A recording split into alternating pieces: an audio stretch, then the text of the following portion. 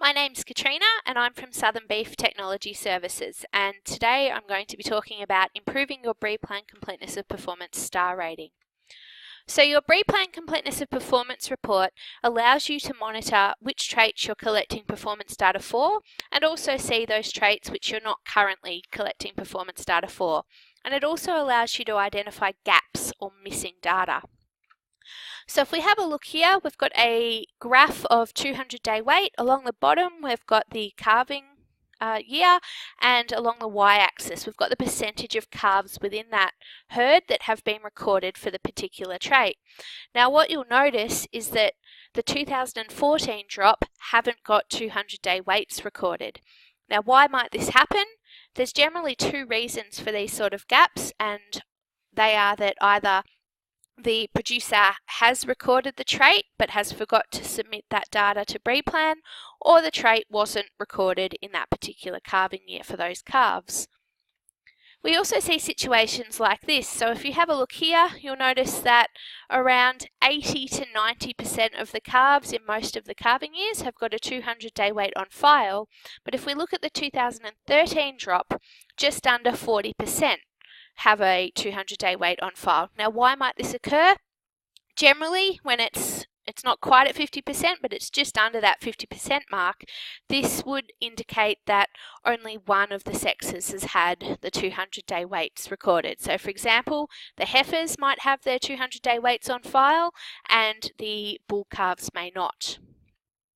So, there's a couple of causes from missing data as we've just been through, and these are firstly, accidentally forgetting to submit data to BREEDPLAN. So this can be for the whole calving drop, like we saw in the first example, or when only a subset of animals have had that data submitted to BREEDPLAN.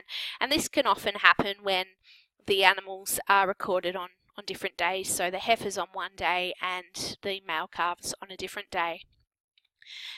The other cause is that the trait was not recorded in a particular year. Now, that can be for a variety of reasons. For example, the animals may be out on agistment due to drought conditions, and the producer is unable to get out and weigh them for that particular trait at a particular time. The scales that you use to record your weights may have been broken, or there may have been an injury to the person taking the measurements, so they couldn't get out on farm and record the performance for those calves.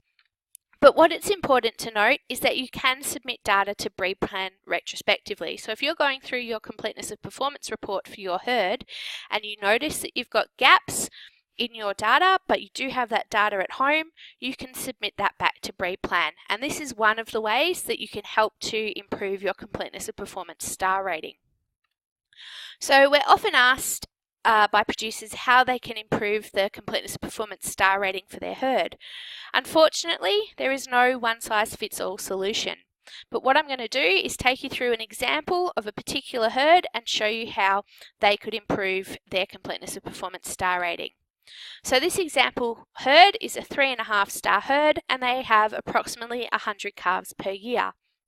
So if we have a look at this table down the bottom of the slide, and we think about which categories this herd can improve their performance recording for, if we have a look at animal details, they've got a score of 49 out of 50, so there's not a lot of room for improvement there. Weight traits, however, they have a score of 19 out of 50, and so there's quite a bit of room for improvement. Similarly, if we look at the carcass traits, they've got a score of 23 out of 40, so there's some room for improvement there.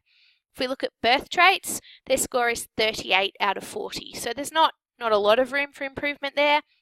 For fertility traits, they've got a score of 4 out of 20, so there's room for improvement there. And you'll notice that they've got a score of 0 for other traits, but the total score for other traits in this particular breed is 0, so those other traits aren't contributing towards their Completeness of Performance star rating. So there's 3 areas there where this herd can improve, and they are the weight traits, the carcass traits, and the fertility traits. So firstly, we're going to have a look at the weight traits for this herd. And if we have a look here, there's one trait that they're not recording. This is mature cow weight. So recording mature cow weight would be the first place that I see where this herd could improve their Completeness of Performance star rating. And that's just a matter of running the cows through over the scales at the same time as the producer is recording the 200-day wait for those calves. There's also some potential to improve the percentage of calves that have a 600 day weight, and that might be something as simple as if this producer isn't currently weighing their heifers for 600 day weight, then they might be able to look at weighing their heifers. Their carcass traits, the herd has done a little bit of ultrasound scanning in the 2011 drop, but they haven't done a lot of ultrasound scanning in other years. So one thing this herd could look at is to collect ultrasound scan records for their calves. So fertility traits. There's one trait here which isn't being recorded, and that is days to calving. So one thing this herd may be able to do to improve their completeness of performance star rating is to record days to calving. The other thing to think about is how could the number of scrotal size records be improved. So we can see between 2011 and 2014, they were recording approximately 45 to 55% of their males with a scrotal size record. However, how might they be able to record more males with scrotal size? Well, what we commonly see with this trait is that many producers record it at around 600 days of age, but often a lot of bulls have left the property before they reach 600 days of age. So this trait can actually be recorded from 300 days of age. And what we would recommend, particularly if you're turning bulls off between 400 and 600 days, is that you look at recording the scrotal size on your male calves at the same time you take a yearling weight. That'll allow you to increase the number of male calves that have a scrotal size recorded. So how can you improve your BREEDPLAN completeness of performance star rating? The first thing to do is work out which traits you aren't recording, and of those, which are of interest to you or your clients. So we're not going to say go out and record all traits just for the sake of getting a star rating of 5 stars. Make sure that you're recording traits which are of interest to you or your clients.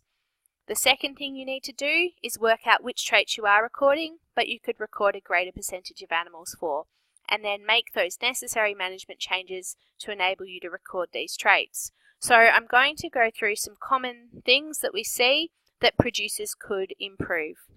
So animal details, making sure all calves have a sire, a dam and a date of birth recorded with the Breed Society. This is pretty common now. Most breed societies, you won't get a calf on file unless those bits of information are recorded. And the other thing to think about is registering all of your calves. So don't just register the male calves which you're going to keep as bulls, but register all of your male calves. So there's a number of things that can commonly be improved for the weight traits. If you are going to cull animals, consider taking a weight on all animals before culling. So for example, if you normally cull a lot of your animals at around 200 days of age, make sure you take a weight on all animals before you cull them. Another option is to consider taking an early weight. So if you sell a lot of animals at 350 days of age, they haven't yet reached that 400 days of age for their 400 day weight. This isn't a problem. Most of the weights that we record for BREEDPLAN have a age range that they can be recorded within, and for 400 day weight, they can be recorded from 301 days to 500 days of age. So what we would recommend in this sort of situation is that you record a weight on the animals at 350 days of age, and then they can go off the property having had a 400 day weight taken. Thinking about weighing your pregnant heifers to get a 600 day weight on them. So it's preferable to do that before they are more than 3 to 4 months pregnant. However, if they're more pregnant than 3 to 4 months, it's important that any that have been preg tested in calf are put into a separate management group to those that have been preg tested empty. And the last thing to think about here is to take a mature cow weight on all cows as you weigh their calves. So as I said before, that's simply a matter of taking the cow weight while you're collecting the 200 day weights on their calves. Carcass traits, consider collecting scan records on females. This has 2 major benefits. Firstly, the females tend to mature earlier than males, so we tend to see more distribution among their fat depths, for example, where we've got more variation in those females. And the other thing is that those females tend to be more representative of the herd because in general, producers retain a larger number of females than they do males. The other thing you could consider doing is collecting scan records on more males, so not just those sale bulls, but all of the male calves. Birth traits, if you're not recording birth weight, consider whether or not you are able to record birth weight. If you do decide to record birth weight, it's really important that you take those birth weights on scales. Look at recording calving difficulty scores for all calves if you're not doing that currently, and make sure the AI dates for your AI calves are recorded with your breed society. Fertility traits, take scrotal circumference measurements if you're not doing so already, and as we just talked about, try and take scrotal circumference measurements on more animals, so by doing them at 400 days of age rather than 600 days of age. And lastly, consider recording female fertility data, the days to calving trait. Other traits, look at taking docility scores or flight time measurements if you're not doing that currently. Docility being something that we see more in the southern states with our more temperate breeds of cattle. Flight time more commonly done in the northern states with the Bos Indicus cattle. And if you are recording some calves but not all, see whether or not you can increase the number of calves that you're taking docility scores or flight time measurements for. So for further information, you can contact either Southern Beef Technology Services or Tropical Beef Technology Services using the contact details you see on the screen, or you can jump onto one of our social media sites and ask us a question there. Thanks for your attention.